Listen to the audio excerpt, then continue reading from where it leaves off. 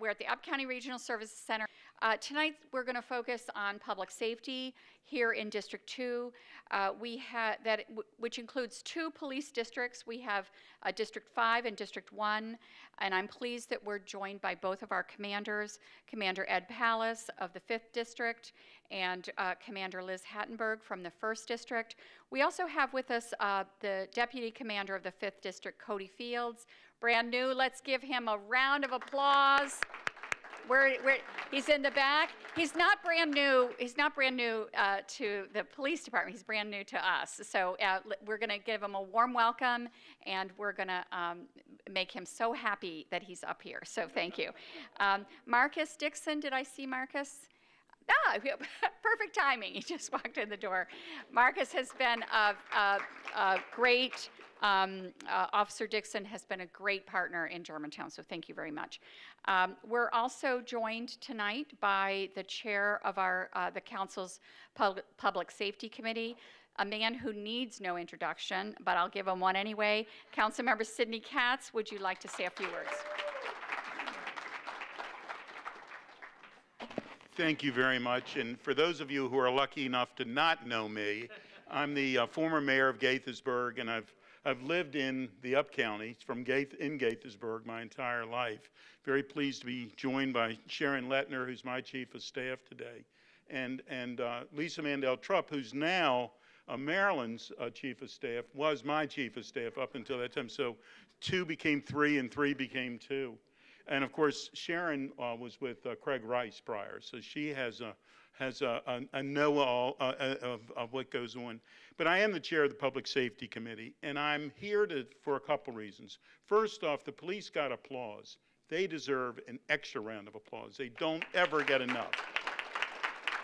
It is a tough job, and it's gotten tougher, if that was possible, and it was hard to believe that it could be. But I'm also here to thank you for sending Marilyn Balcombe to the Montgomery County Council. I'm term limited. This is my 3rd and final term. By legislation, and this is my 3rd and final term. But Marilyn Balcombe has come to the council with, first off, she had a background too. I mean, she was the whatever your title was, executive director of the Gaithersburg Germantown Chamber of Commerce. But she certainly knows the area. She certainly knows the concerns. We work well together. That, you know, I always like to say that doesn't mean we always agree. And of course, that's when Marilyn is wrong, when she disagrees with me. But it is refreshing to have Marilyn on the county council. And just as one other item, for those of you who might not have ever heard this, Greg Wims and I were in 3rd grade together. He and I have been getting it. Excuse me, did you? What year was that, sir? Yeah. You know, he used to be the commander of the 5th. But Gregory and I have been getting in trouble together since 3rd grade, and he's done a wonderful job for the county as well. Thank you all for being here. We look forward to hearing what you have to say. Good evening, everyone, and thank you so much for joining the Public Safety Town Hall. So we're so grateful for your participation and look forward to hearing your questions and concerns. We'll be taking some live questions tonight, but first we're going to hear remarks from local elected officials like we already did, but the Montgomery County Police Department representatives as well. So for those of you I have not had the pleasure of meeting, my name is Liz Hattenberg. I am the commander for the Rockville District.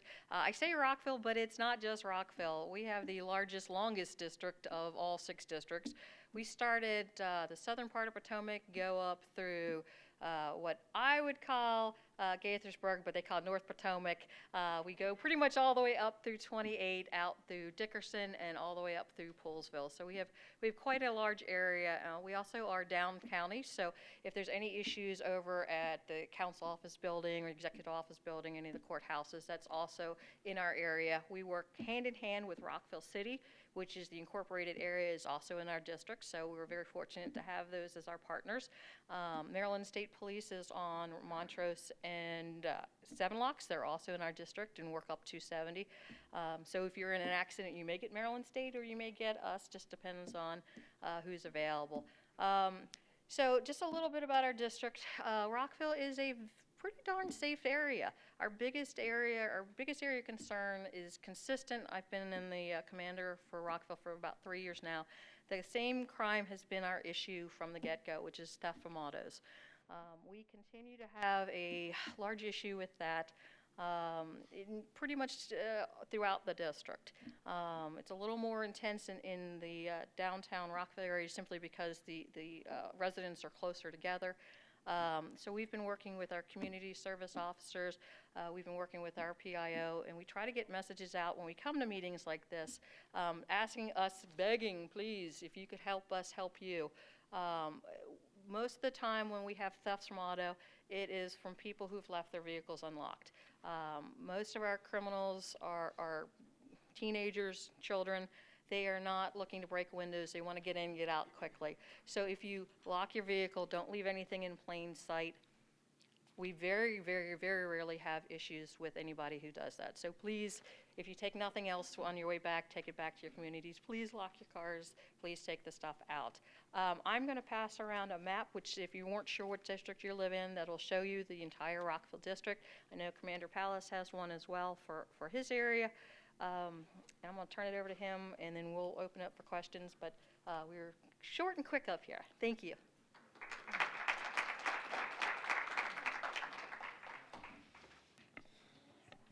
Good evening. My name is Ed Pallas, and we take over where Liz's district leaves off right around 28. We used to have Poolsville, but there was a theft a few years ago, and the first district took it from us. Yes. So we go from there all the way up basically to the Frederick County line and up toward Damascus, out to Laytonsville, which is a very nice town, one traffic light. I'm very partial to that town, hint, hint. We are actually the most senior district as far, and what I mean by senior is all the old officers, for some reason, migrate toward me.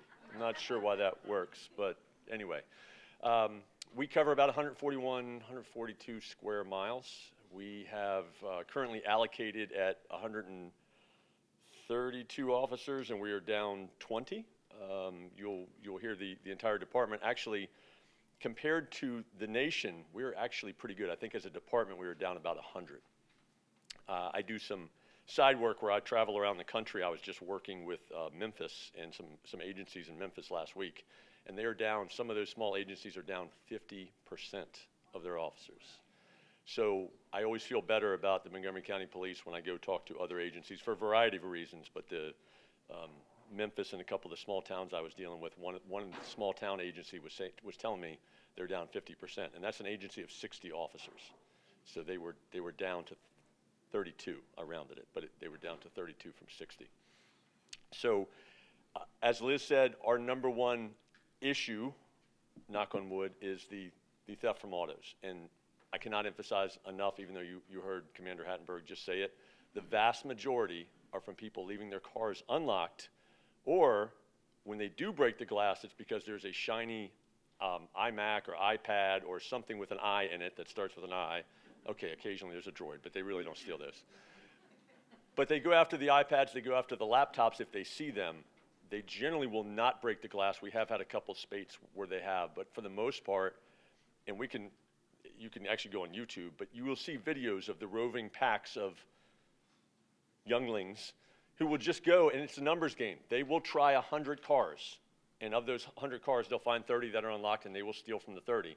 And the 70 that are locked, they just move on because it's too much work and too much of a chance of them getting caught to actually break the window.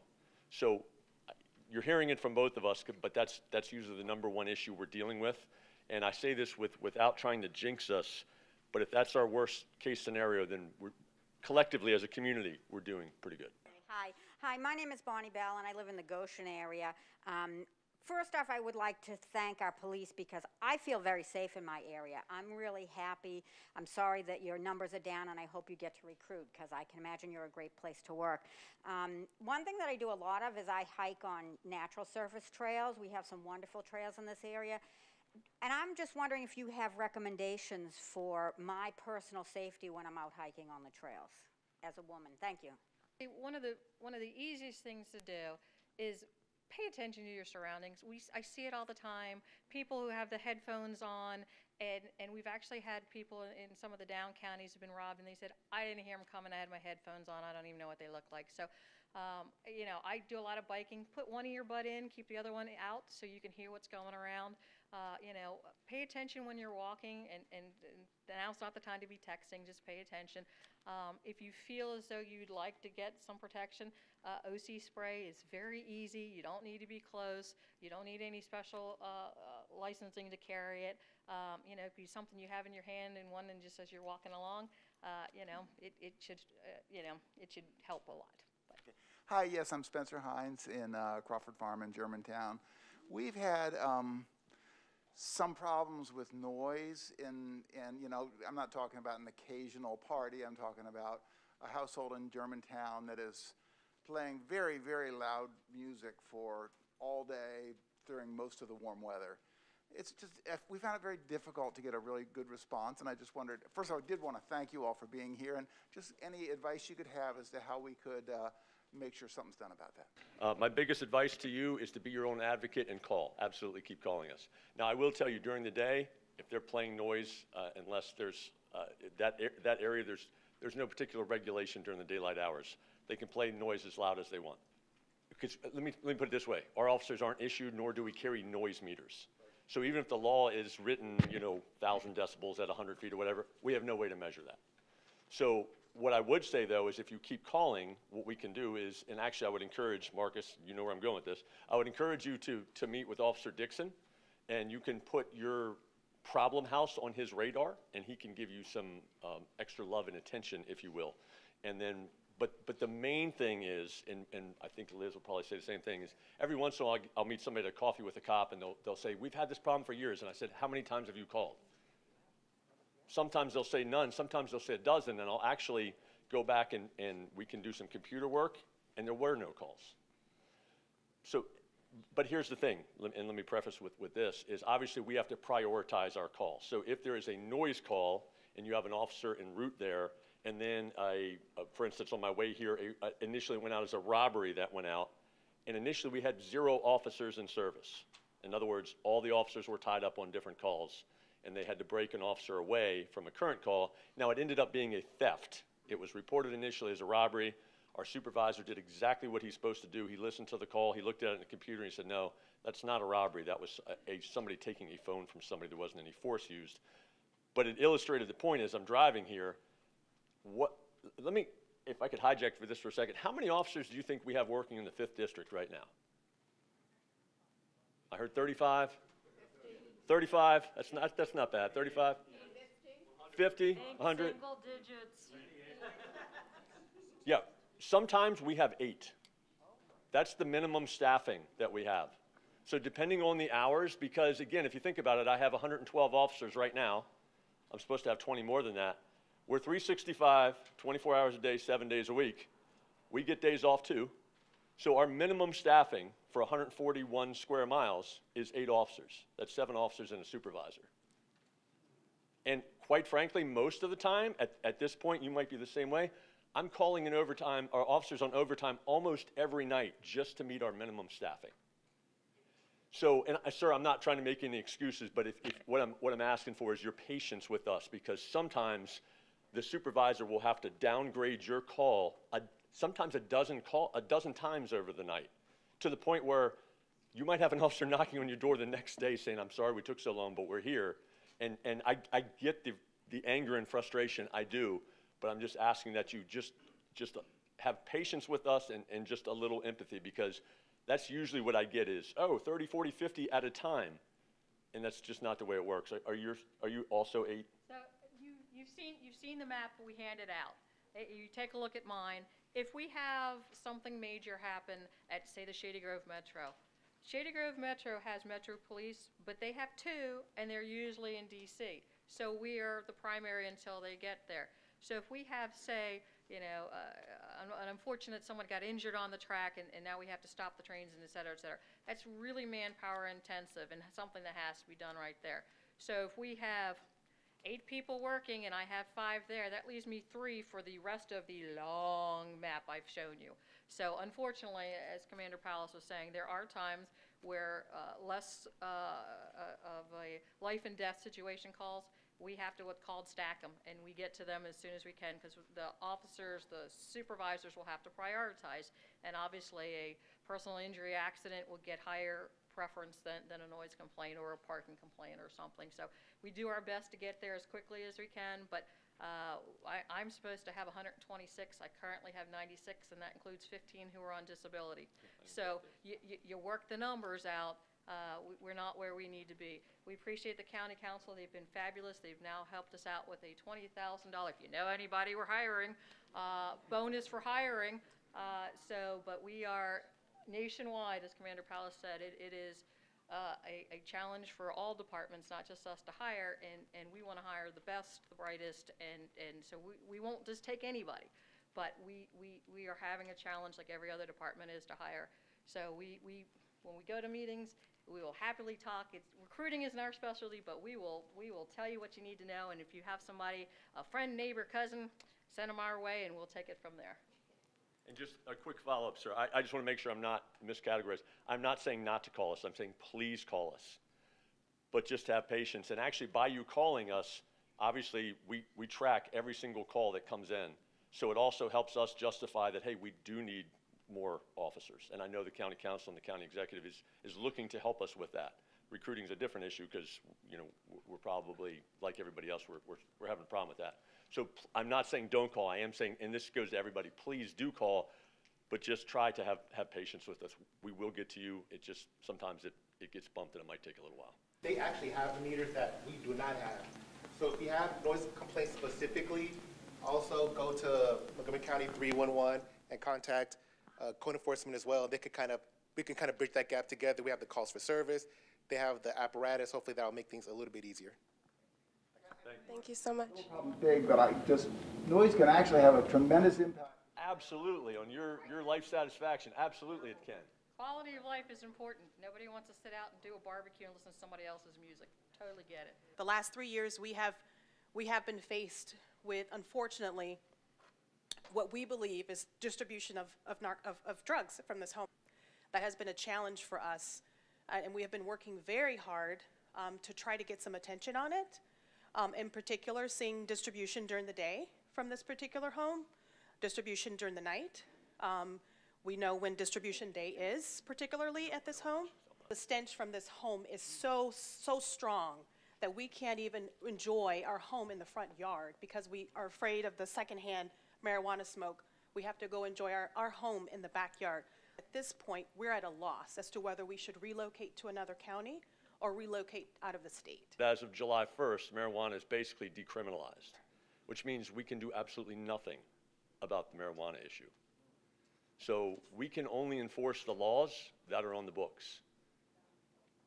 We're not the legislative branch, and if marijuana is decriminalized, there's not an officer that is going to try to make enforcement because they're setting themselves up for failure. The state's attorney's office, I believe, has conveyed to you that basically they won't even prosecute for what's going on. And in the end, it's going to be a marijuana use house as far as evidence goes. Link Coing with the Fair Access Committee in Poolesville. To be totally candid, we don't have a lot of crime in Poolesville, so I'm not asking a question about enforcement issues necessarily. Although in the past, we used to have 2 officers that were kind of not really assigned to the town, but in the area. And I don't think that happens as much anymore, but I don't think people are concerned about that. What I am asking about, though, is that our job in Fair Access is to look at resources coming to our area and trying to make sure the county does put more resources out there. And one of the things we do is scour the budget a lot. So I might be wrong in this, but when I'm looking at the budget this time, it looks like that it's proposing a 9 FTE reduction in the number of what I would call boots on the ground positions for the police in the budget. I don't know if you can answer that question, but that's what I'm seeing. And if it is, what do you guys think about the budget? Well, I can tell you, I don't know specifically about that part, and I'm sure we have 2 experts here from the county council who could talk to you about that, but we actually got an increase in our budget for our overall budget. So that is a good thing, and part of that is to help with the recruiting. We can always use more, but you know, this is the first year I think in some time that we actually got an increase in our actual budget. So for us, that's a good thing. I know we have. If you look at all our officers, sometimes it's a little confusing because we will close down one section and then take those positions and put them elsewhere.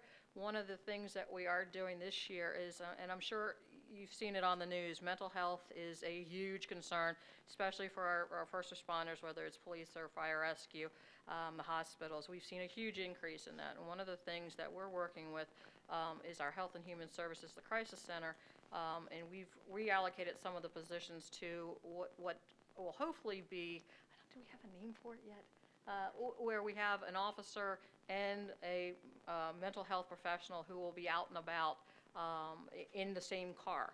And so that way the mental health professional is secure when they're in there, because unfortunately a lot of times people with mental health can get violent. So there will be somebody with them, and if somebody needs to be transported to the hospital, we have the officer there who can do that. So I'm not 100% sure about the 9 you're talking about, but I do know we have closed some and moved them to other spots.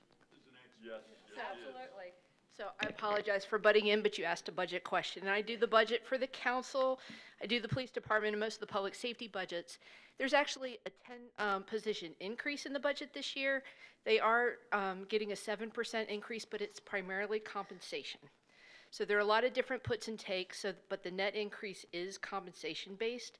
There's no new real additional services, and there's no sworn officer positions added to the budget. However, with this $20,000 signing bonus, we are all very hopeful that recruitment will accelerate and they will be able to fill a lot of the 100 vacant positions they had. And if they can do that by the end of next fiscal year, like June 2024, we should have much more officers on the street delivering better services. So. Kathleen Sample, I live on Brink Road at the corner of Wildcat and Brink. And we have such heavy traffic. They come flying down the hill from 27, come flying over the hill in front of my house at that corner, and on through the curve. There are crashes everywhere, it seems like. And so I was wondering, is there any possible way to get cameras on Brink? Good evening, I'm Brian Doman. I am the Director of Traffic Operations Division. So just be mindful that we have an automated traffic enforcement division that falls under my command. If you put in a request, and we have a website, and I'll be happy to share that with you after the meeting, but you can put in a request. What people have to understand is, one, and I'm not sure that portion of Brink, but if the speed limit exceeds 35 miles per hour, we can't put a speed camera there by law. If they lowered it, then we can. But to keep the integrity of our system, what we do is we go out and we do a speed study. And with that speed study, we have to have 85% of the people coming through actually exceeding the speed limit. So there's a lot that goes into it, because then we'll determine whether or not we can put a camera there, and there's a whole permitting issue and everything else. So it is a process. We are expanding automated traffic enforcement. We continue to add more cameras each year. And so over the next 5 years, we'll be adding additional cameras each year, as well as the red light cameras. One thing I can tell you that Route 27 is, it's in what we call our high injury network, where we have a considerable amount of accidents.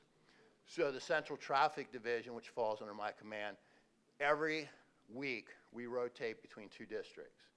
So every 3 weeks we've hit all 6 districts within the county. When our central traffic officers are there, they usually hit 27 with speed enforcement. Each district station, except for 1D, has a district traffic complaint officer as well that can go out and deal with those traffic complaints. So there is a Director of Traffic Division email address that you can get information to me as well. And so between myself as a Central Traffic Division Director and then the district commander, we'll collaborate to make sure that we're hitting those high incident areas and where there are, in fact, validated traffic concerns. And certainly Route 27 is one. We hit it every time we're up there because we know there is a problem. My name is Dennis Barnes. I'm Montgomery Police 40 years, and I'm here concerned about violence in the schools. I know in the past we had school placement officers. I came late. You may have spoken to this. Placement officer, I think it's important to have an officer in place in case of violence breaks out. I would appreciate you speaking to that. Thank you. Thank you for that question. Whomever would like to answer can step to the podium. Thank you. Well, we'll start with Rockville. So we have 6 high schools in Rockville. So I have the largest number of high schools in any of the districts. So obviously that's a concern for us, and I'm sure you saw that we had an issue yesterday in Quince Orchard. reference one of the students. And obviously, anything involving the youth is a big concern for us. Right now, we have community engagement officers. They changed their name from SRO to, we have one in each high school. Quince Orchard does not have one currently because he just got promoted to corporal, so they just put that opening out, so they'll be getting a new one starting at the end of this year for the beginning of next year. The way we have it right now, so we have approximately one high school to like 2 middle schools, and then like up to 6 elementary schools. We do not have enough officers for every school. So we've, when you look at statistically where our concerns are, our major concerns are high schools. So the officer we have for that particular cluster is in the high school. If there's an issue with the middle school, they can leave their high school and go over and then handle anything in the middle school. But we just don't have enough officers to fill every school right now. I think it's, if I remember from our community engagement days, I think it's 226 total schools in the county. And so that's obviously a lot of officers to have one per every public school. And that doesn't even include any of the private schools that are in our districts. Our officers back up the CEOs if need be. If they are at one school and something happens at the other school, sometimes the other community engagement officer will come over, the officer will go, the patrol officer will go and meet them. So we do the best to cover everything, but we simply just don't have enough officers for every school right now. So instead of talking about numbers, I'll just give you a little example of how we absolutely love whether you called it the SRO program back in the day or the CEO program now. And I'll give you examples of the benefits of this. So the 2 primaries that we have in Damascus that come to mind are Officer John Gallagher is with Clarksburg and Officer Todd Uvery is with Damascus. Here's the benefit of having these officers in the schools. They get to know the kids. And when the kids start talking and rumors start happening about so-and-so either stealing something from a car or making a school threat, they know almost immediately who it is, or they have their contacts in the school and they can find out this information. They are an invaluable resource.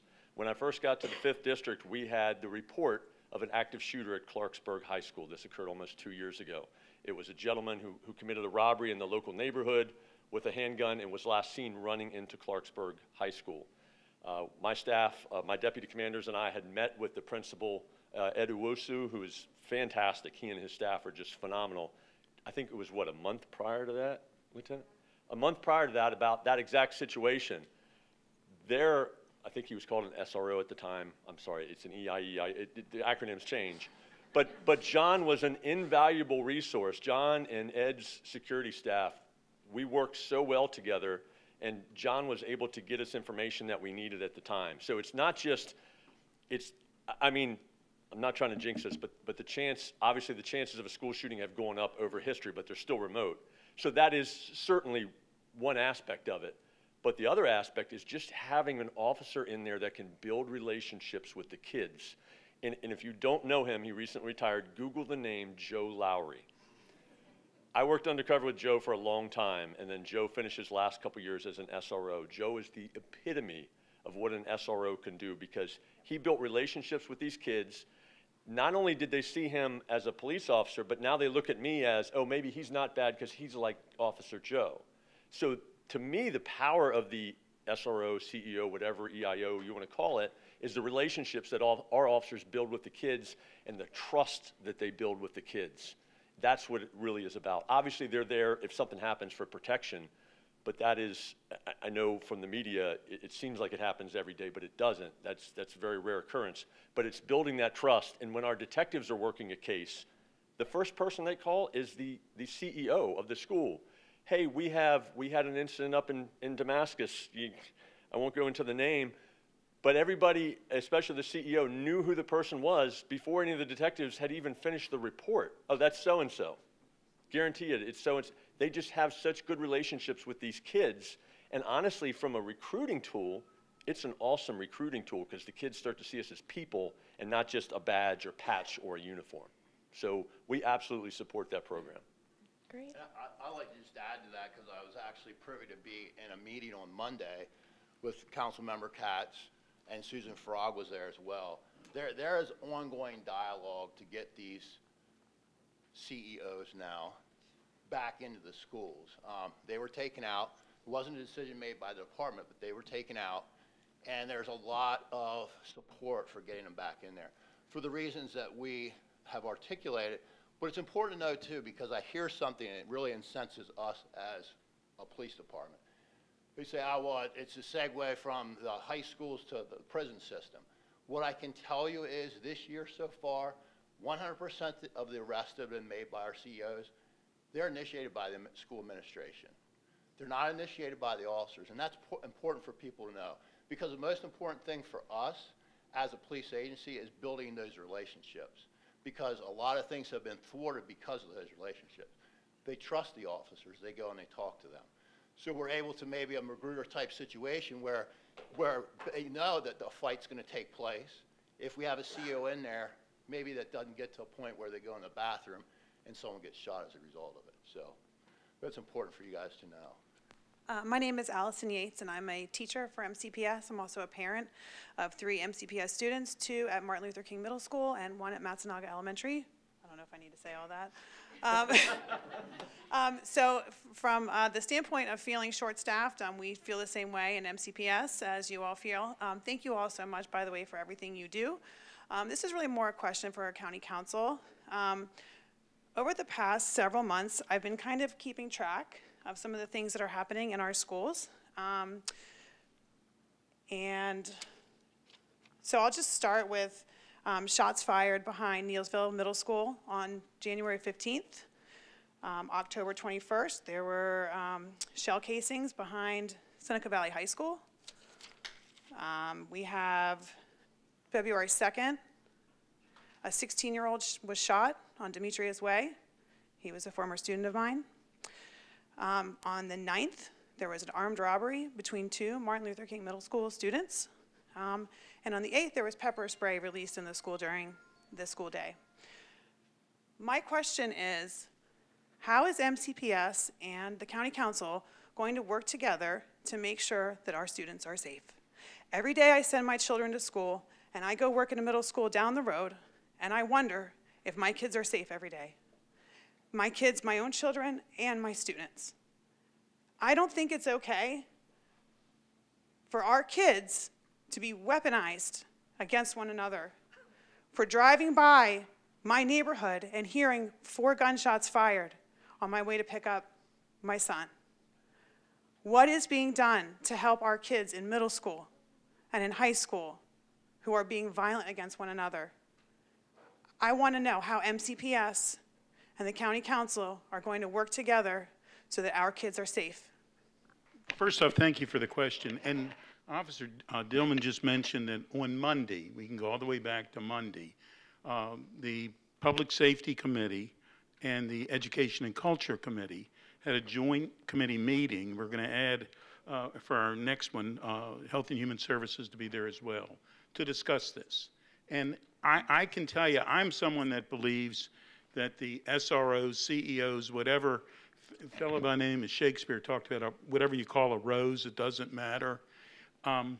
I believe in that program. I saw it in Gaithersburg. It was Officer Blackman in those days was a mentor to students.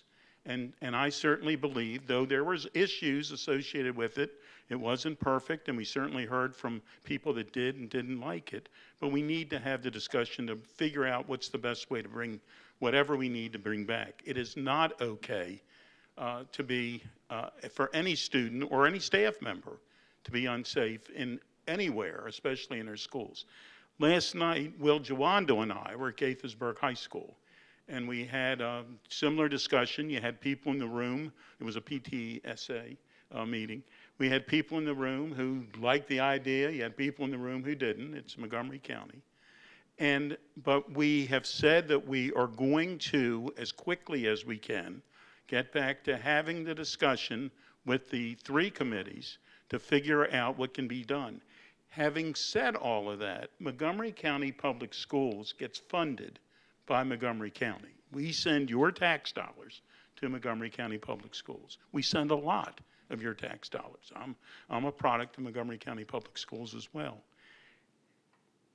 pretty much, there's a little bit of an asterisk here, but pretty much, once we send the check over, the Board of Education gets to decide on how and if and what they're going to spend it on. We have a good dialogue with them, and we certainly work well. Will Juando's the chair of the Education and Culture Committee. We have a good discussion, but they get to decide on how they're going to do what they're going to necessarily do. And it's my understanding that they too are extremely concerned. They were there with us on Monday, and they're extremely concerned about the next steps. So it's never good enough to just have the discussion. We need to have the discussion, and we need to solve this as quickly as we can. It is not ever acceptable to have people feel unsafe. And that's where we all are, and hopefully we will have something as quickly as we can. Thank you, Councilmember Katz. We have Councilmember Balcombe with comments as well. Thank you. Yeah, thank you so much for that question, which is one of the reasons why we're here tonight. Some of the issues some of the incidents that you mentioned, I talked with my Chief of Staff, Lisa is here, and said, the community is concerned about safety, and we need to make sure that we have this discussion and this dialogue. When we knocked on doors during the campaign, the number one issue that I heard was public safety. People wanted more police presence. People wanted to feel safe in their community. I agree with my colleague, Councilmember Katz, about the SRO program. My daughter came up through MCPS. She had an SRO at Northwest High School. It's an important issue, as the commander said, to build these relationships. So one of the things that we are doing, I support the increased police presence. I support the recruitment incentive. We need to get these positions filled. We need to give our police the support that they need to keep us safe and to do their job. So, and then from the MCPS perspective, we need some assurance from the MCPS that they're doing their part as well. And we're just starting the new budget process, so there's going to be a lot of discussion about accountability. So thank you so much. Hi, my name is Susan Birkinshaw, and if you don't know me, then you don't know that I've been advocating for school resource officers since 2008. Very passionately. My boys are now in their late 20s. They had a school resource officer both in their middle school and their high school. Commander Reynolds at the time, when the program was reduced in 2010 or 11, actually assigned a beat officer to the high schools because it was more efficient with the small department. And I don't know if you guys have the ability to do that. I mean, I think we're seeing now the devastation by not having school resource officers, because what happens in the community comes into the building, and what happens in the building comes into the community, and that's where we are now. I'm sort of at a loss. I wrote my letter to the county council last night after watching the joint committee meeting on Monday. I mean, clearly we want public safety. Public safety is the #1 job of government, but as a public safety advocate, I don't even know what to do anymore. I mean, this is like the Wild West in Germantown and in the entire county. So, I mean, I guess what I want tonight is, to know what we can do to help support you, and obviously the council, to continue to advocate for public safety. And, if you need help from us, I certainly am here, willing to do whatever I can as a constituent to support the police department. Hearing this makes us very happy. We know you're out there, but the more we can hear from you, the more the county council can hear from you. Obviously you have 2 reps here. You can go online. They have a wonderful website. You plug in your address and it says, here's who your county council person is if you're not sure. Send them letters. They get their emails, because then I get stuff going, hey, we got an email from somebody saying there's an issue. So I know they're getting them and they're reading them. So I think the best thing we can say for you is we all agree that the CEO program is fabulous. If we had more people, we would love to have more of them in there. I think it absolutely does make a wonderful addition and helps the kids, and helps the officers, and I think it's a win-win for everybody. I guess I would just say, I think from our standpoint, you know, continue to send letters to your county council, come to these meetings, you know, make sure your voice is heard, that you don't get lost in the drown of people who say we're not needed and we're not wanted, because we all know y'all are on there. We hear it, but the more our county council can hear it, the more they can make sure it happens and make sure we get funded. So obviously a couple years ago with the George Floyd incident and the riots, we had the pendulum go very much anti-police. And I'm going to be honest and raw with you. It is still there. It is still there, and we will not be out of this for 2, 3, maybe 5 more years. That's the problem. Because we have officers out there that are not afraid to run toward the gunfire. They will run toward the gunfire in a heartbeat. What they are afraid of is pulling over a vehicle at night, having no idea who's driving the vehicle, and as soon as they walk up, and by the way, it doesn't matter what the race of the officer is, they get accused of racial profiling. That is the truth. The problem is when that happens, and when you have certain laws that are enacted, officers are afraid not to just to do their job, but they're afraid to lose their home. They're afraid of a lot of things that are going on. I can tell you, we have an outstanding and professional police department. Now, do we have room to grow? Absolutely we do. I was just in we have executive in-service.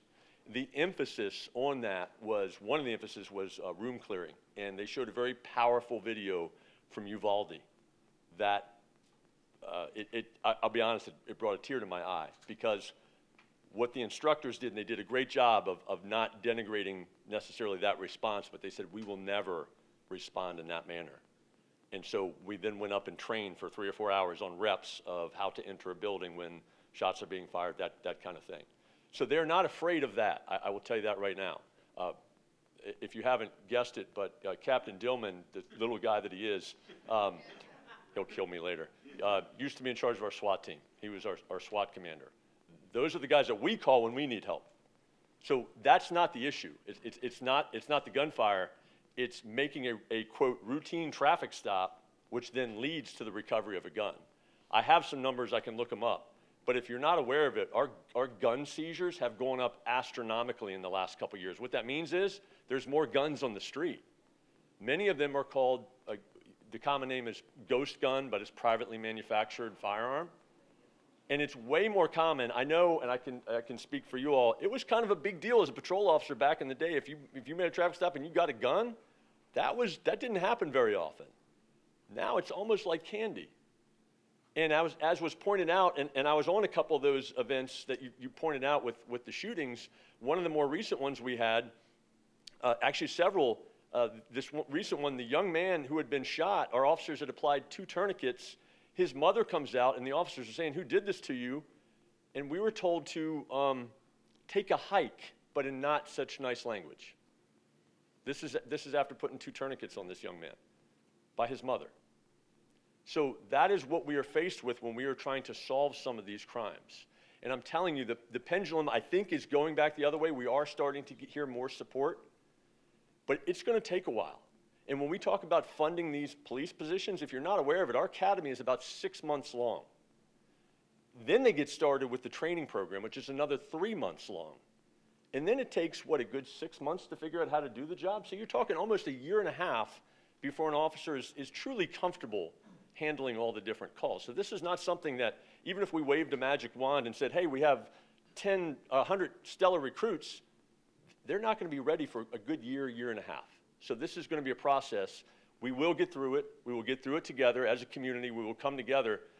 But we need your help, and we need open and honest communication, which is what this meeting is. And Marilyn, thank you so much for having this, because this gives everybody a voice. It gives us a voice to say our frustrations, because if you don't think we have kids in school, we do.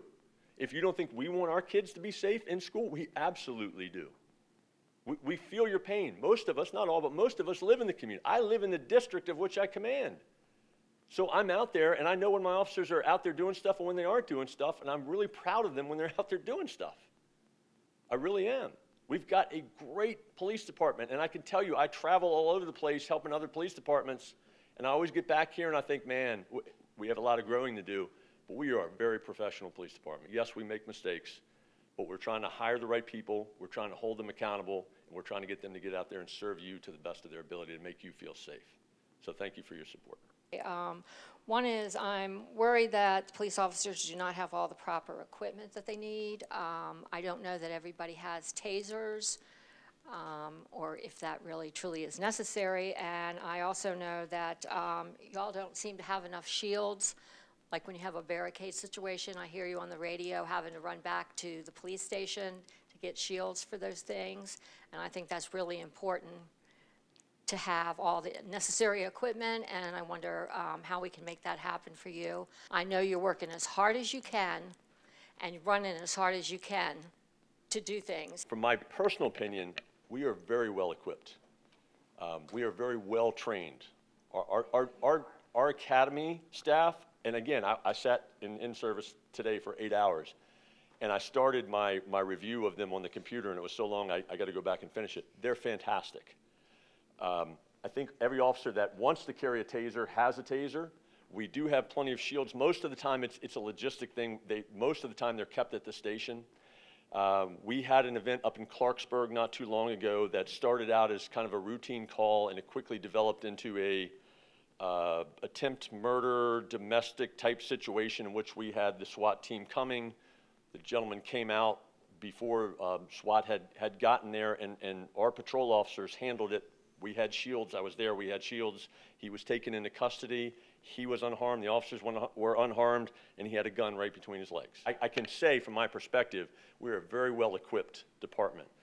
I was working with a department from Detroit that still don't have body-worn cameras. So I can say the support from the county council and the county executive for our equipment and training has been top-notch. I can honestly say that. I think for the community being aware that the young man that I talked about who had the 2 tourniquets applied, this happened at, Cody, what time was it, 4 o'clock in the afternoon? 4:15, thank you. 4:15, it was a running gunfight. There were at least 3 men, to include the victim, with guns, multiple shots fired. Guess how many phone calls we got? 1. This occurred in the courtyard of a townhouse community. 1. When I first got here over off of 118, we had another running gunfight that you might have seen on the media. We had 0 calls. No, this was not Montgomery Village. This was Germantown. We had 0 calls. You'd be surprised how many times that there are a lot of these gunfights, I don't know how else to describe them, unfortunately, where we get 1 or no calls. Sometimes we find the shell casings the next day because nobody called us. And then when we do respond, because most of it is not stranger on stranger, it is groups of generally young men. I'll throw my gender under the bus because that's what it is. They know each other. There's some beef, usually drug-related, maybe lady-related. And then when they get shot, sometimes they have died telling us to go jump in a lake because they would rather die without giving the name than to be a rat and tell us who it is. So this occurs from the victim to sometimes the victim's parents and often to any witnesses. So our detectives are going out there trying to solve a crime, and unless we get a forensic lead, often we have nothing from witnesses. And that's just the reality, and I know most people in the community aren't aware of that because the people that call us are here, and I'm looking at you, right? You're the ones that are concerned with public safety. The people who aren't calling us when they hear a bunch of gunshots or see a gunfight are not here, unfortunately. That's just the way it is. Probably use more than my time. That's okay. So a couple things that you can do to help us. We love Ring cameras or some version like that. We have officers who can get into, if you give us access to your stuff. We have solved a lot of crimes by Ring cameras. Cameras are fabulous witnesses. You know, there's no misunderstanding of what they look like or the emotion's not there. It's simply black and white. Here's what it is. So we love those. If you happen to have issues in your neighborhood, I know that we've been talking about in the county of getting money to help fund those for you folks if you need assistance, because I understand the storage is an extra fee. So there are some issues in there are some programs in the county that I know we're working on getting those sort of things. But if you have something in your neighborhood, you go, hey, I I saw some kids going through at 3 in the morning on my camera went up that they were checking from door handles. We have our lovely patrol investigation officer right here. Say hi, Julie. And one of the things she does is she goes through a lot of video cameras to help try to figure out who, what, and where has gone through the neighborhood. So, you know, if you guys have those, yeah, if you want to talk about them, we'll certainly give suggestions on where to place them and if you have video. But one of your questions was you don't hear things. We have what's called a public information officer for the police department, and she has several officers who work under her. We do a lot of stuff on social media, stuff that news departments may not consider worthy of it. So we have, if you get onto Montgomery County Facebook, we have stuff going out, not hourly, but several times a day on whether it's missing kids or, hey, we're having an issue in this area. I know the commander and I each have sent them stuff going, hey, we're having an issue in area X. Can you please send stuff out? One of the things we do is Nextdoor. I know Officer Dixon sends a lot of stuff out on Nextdoor. I have my own community service officer in Rockville who sends stuff out. So if you're not on Nextdoor, please get on it. It sends information all the time about your particular area. So it'll tell you, hey, I just saw X. Does that mean anything to anybody else? And a lot of times, they go, oh, wait, that's, so it puts neighbors helping neighbors, but it also helps us, and it also allows us to get information out to you quickly. And so that would be two of the areas. If you're not getting information, you don't see enough, certainly check our social media. We also have Instagram, but Facebook is I'm old, I use Facebook. It's one of the best ways for me, and I look at it every day because I don't know what's going on in some of the other districts, so I'm like, oh, what do we have?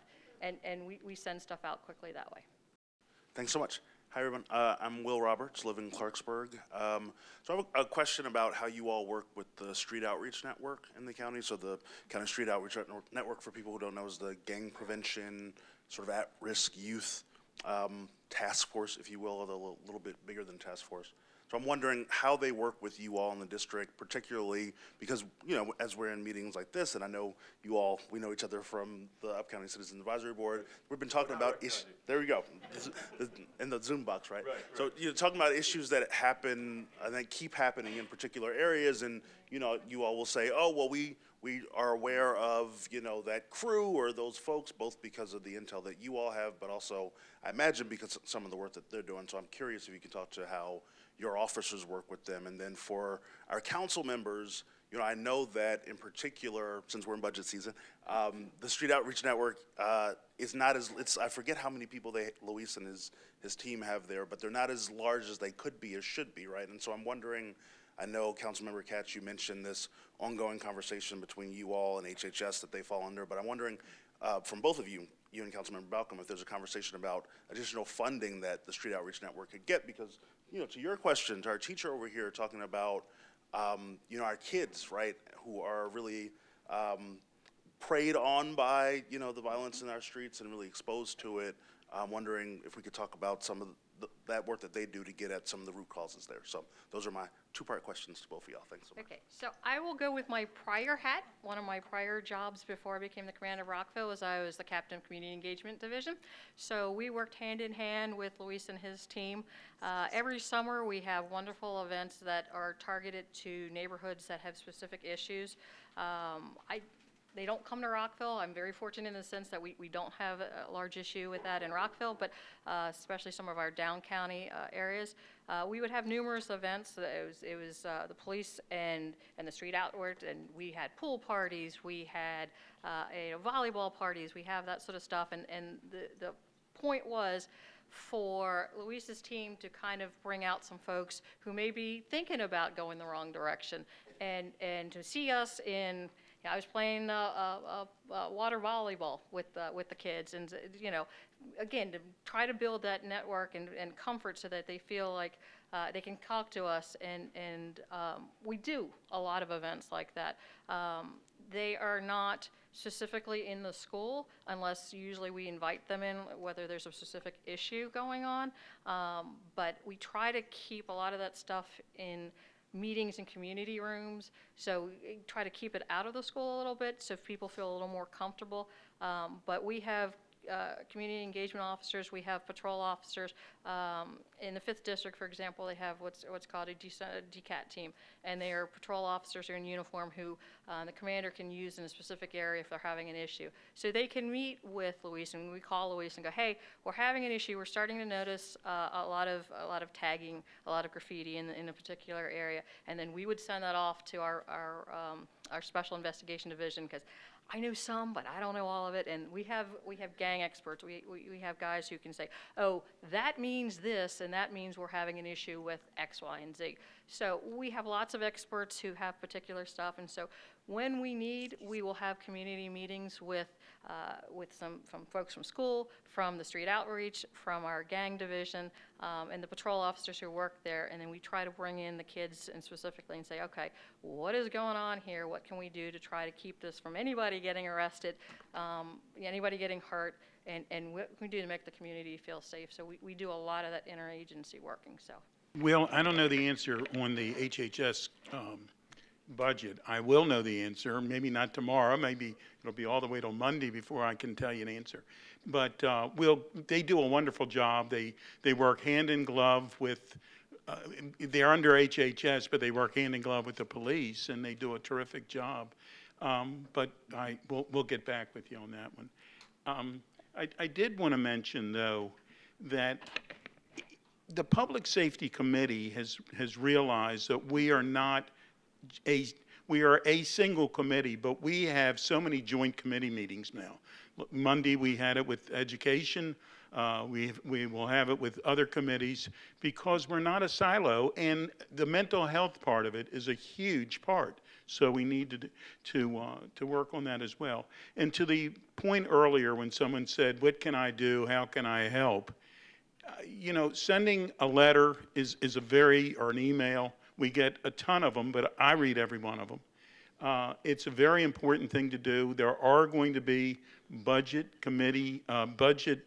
public hearings coming up, and please sign up, because I can tell you there's going to be people who will have an opposite view of what your views are. And if you say, well, I just throw my hands up and don't care, it doesn't help us. So we need to hear from everybody. Thanks. So it's about knowing people one-on-one. So Toriano Cross from Sun was here, and your question was 30 minutes perfectly, because we're actually co-hosting a summer camp this year.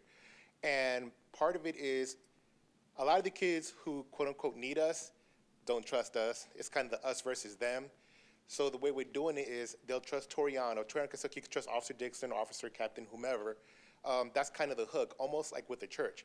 If a pastor says, okay, you can trust this person, that's your engagement. Because we tried after COVID to do things, and it was like, oh, no, you're the police, whatever. So we're actually collaborating, take kids, I do the African American Museum, whatever. But then we can have these real conversations, real dialogues. Like Commander Pallas said, you know, it's so great to actually be able to share our feelings, because we are human beings. We do have kids in MCPS, and it's kind of hard when you get the one-sided narrative. So thank you all, Marilyn, for hosting this as well, because, again, it's also personal. Because when I see a kid who sees me, he automatically runs. Well, why are you running? Well, my parents told me to run from the police. Like, you didn't do anything wrong. Well, that's what I've been told. If we're not having this dialogue, this conversation, nothing's going to change, regardless of what it is. So we do a lot of things together. I have many, many Toriano stories we could talk offline. But you're right. We cannot arrest our way out of this situation. Not going to happen. The community and the frustration, you know, you're right. You're doing what you can. We're bound by laws what we can and can't do. But we're all here trying to figure this thing out, because you're right. I mean, these kids are making decisions. If you think about what the commander said, someone's dying. I don't want to talk to the police about what just happened. Generally speaking, why don't people talk to the police? Generally speaking, why is that? They're afraid of retaliation. Well, the worst thing just happened. You just got shot, and you still don't want to talk. So that's a narrative that's not going to go away. That divide doesn't go away unless we continue this relationship building. And so that's something we're definitely working on. Hi, my name is Dana Noga, and thanks to Susan Birkinshaw, I am a huge SRO CEO advocate, and I also happen to be a Magruder parent. So my question is, can you address the CEO program currently puts that officer in a cluster? They're not in the high school, right? So they may be at the elementary school, they could be at a middle school. However, now something happens at the high school. That pulls you out of what you are doing. Can you explain what kind of stress that puts on the force by not having that officer at the high school level, where they're maybe at that elementary level, but that more serious incident is at the high school, which then is going to pull the police force in? All of our community engagement officers are cross-trained. So if something like happens at Quince Orchard, but the Quince Orchard officer is over at the middle school, the Wooten officer can come up or the Poolesville officer can come down. Now, a lot of times it's not a time sensitive, and so we can wait for that community officer to get there because they have, again, that was under my previous hat, I had them under me as well. Those officers are trained well beyond what a normal officer has on special things on how to deal with schools, what school regulations are, but also how to talk to and how to deal with children, and especially children in crisis. So if we can hold on to the call to the Wooten person, maybe goes to Quince Orchard, fabulous. If, however, it's something that's time sensitive and we need somebody there now, the closest patrol officer would go, and they handle that, and then the community officer would obviously come back and handle that. Would I like, as a commander, to have my numbers doubled, tripled, quadrupled? Of course we would. Who wouldn't? Because that allows me more time to do things like I'd like to do, which is more community engagement, more activities, and spend the downtime instead of running from alarm call to theft call to whatever it is we're doing. I think everybody here, I think Captain Dillman and Commander Palace would all say more is better when we get us officers. I think we are probably in a 3 to 5 year curve to try to get back to where we are, to get to the numbers we need to be. But, you know, I hope that answered your question. We would obviously love to have more officers, and you know, when we have more officers who can handle the daily stuff, then we can get additional officers to handle the extra schools. And so in general, at least for the Rockville, we do not get that many particular calls per day. For our schools, you know, we may have 1 or 2. Most of the ones they're not time sensitive, so they will get hold for the community engagement. So it doesn't pull us off too terribly much, but yeah, it's I think for Rockville, it's not something that's crazy that we can't handle. Yeah, I would agree for the most part. And again, the 2 officers that jump to mind are John Gallagher and Todd Uvery. If it's not an emergency, they will say, if John's up at Clarksburg and let's say Todd's tied up, one of them will say, just hold it and I'll get to it. Now, if it's an emergency situation, some sort of critical call, of course. We're like human like you are. If we hear some sort of violence at a school, everybody comes a-running. Like, I mean, that and an officer, another, you know, a fellow officer being shot, those are the 2 things that get us running. So if it's a crime of violence, then everybody and their brother and sister are going to come. But most of the calls are not. It's some found marijuana or this or some dispute where there's no immediate danger. The kids are chilling out in the principal's office, and let's say the CEO is tied up on one call. He'll say, hey, I'll get it because he wants to take ownership of his school. Just hold it. And so the kids might have to wait another 40 minutes in the office. But that's the majority of calls where there's no violence involved. If there's violence involved, patrol is running, and they're running fast. My name is Reverend Troy McWilliams. I'm a longtime resident of Montgomery County. I've been here since 1989. I'm not from this area. I've worked in the county coaching kids throughout. And what I hear, and no disrespect, but we have a community problem, not a police problem. And we need to work together as a community. I've coached in this county. I mentor kids. And I'm telling you, everybody sits on their own little castle, and then they want to put it on the police. It's not the police problem. It's ours. I'm a parent. I'm a grandparent. And it starts at home. You know, for the teacher at school, I feel your pain. But it starts at home. We can't be afraid. I'm old school. And you talk to anybody that know me, I'm not afraid to tell these kids they got to behave. But we have to know how to talk to them. Times are different. Kids are different. My youngest was born in 2002. She's a COVID child. Graduated in 2020. She's at Michigan State. Just dealt with that issue up there. I had You know, my kids graduated from Northwest High School, went to Kingsview Middle School. Our church property is over on Brink Road. There's a lot of problems in this county, but it's still us. Traffic, speeding through the neighborhoods. I checked myself because when my daughter was in high school, around 2002 at Northwest High School, one of her friends was killed because we speed through the neighborhoods. I don't speed through a neighborhood now. That brought attention to me. I see it all the time on Richter Farm Road. I live right there across from Northwest High School. I deal with the kids. I walk out of my house, I see a kid urinating on one of my neighbor's house. I go to him and I said, "What's your problem?" Okay? That's me. I'm a background investigator for the federal government. The number one thing that I see, people don't know their neighbors. We do not know our neighbors. It's about community, and we have to, as a community, work together to solve the problem. Public safety is not about the officers. They're limited. There's only so many of them. It's about us as a community coming together, and that's the problem, the community. Thank you for those comments. Comments to make, Councilmember Balcombe? 100% agree with you. It starts at home and starts in the community, and we can come and help and bring our expertise, but you nailed it. Thank you.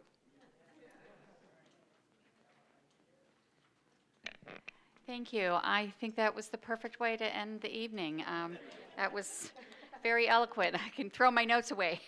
But I do want to, so I did write several notes, and I wanted to just wrap up a couple things. Theft from auto.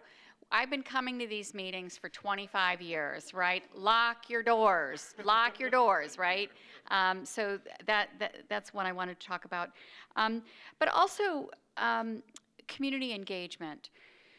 I've been in Germantown for 28 years now, and we've tried so hard to get community engagement, and it's been so hard. I mean, Susan and I have been on the front lines for a long time here. I think, Commander, you mentioned it. We're preaching to the choir here. It's all the people who aren't in the room that we need to reach. And so one of the things that I'm doing in my office, we're really trying to make a concerted effort to identify the community leaders who aren't in the room and to have a larger voice, a stronger voice, and to have succession planning so we can create the next community leaders and really focus on this. So I'll need your help to do that. So I wanted to mention that.